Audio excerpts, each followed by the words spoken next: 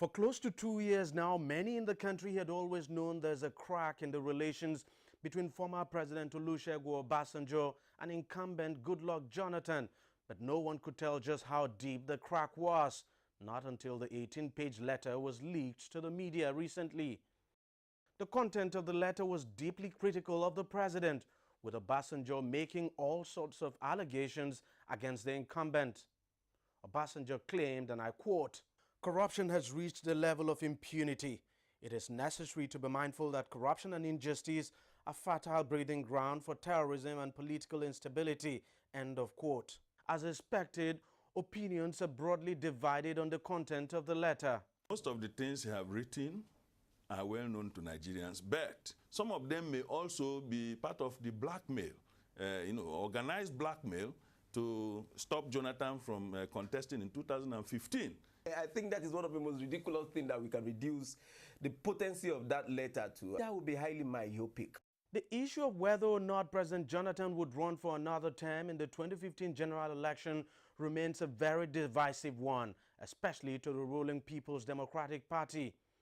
The party, which has governed the country since 1999, has a controversial policy of rotating its presidential candidate between the North and the South. The late President Yaradua from the North was serving his first term when he died in office. His deputy at the time, Goodluck Jonathan, a Southerner, was elevated to the position of president.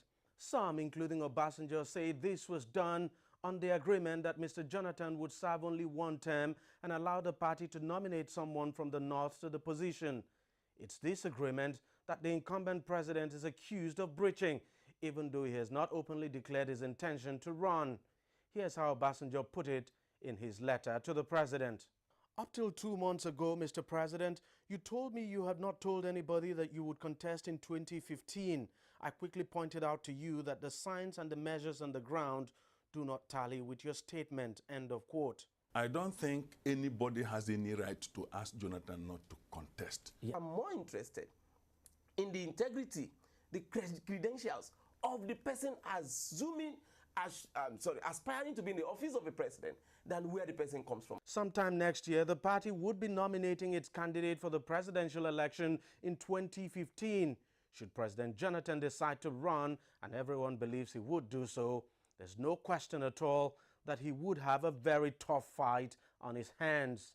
The crisis in the ruling party is already playing into the hands of the main opposition, All Progressives Congress APC. Recently, 5 governors defected from the ruling PDP to the APC, and that has got some political analysts predicting that for the first time in over a decade, the PDP may be defeated by the main opposition party in 2015.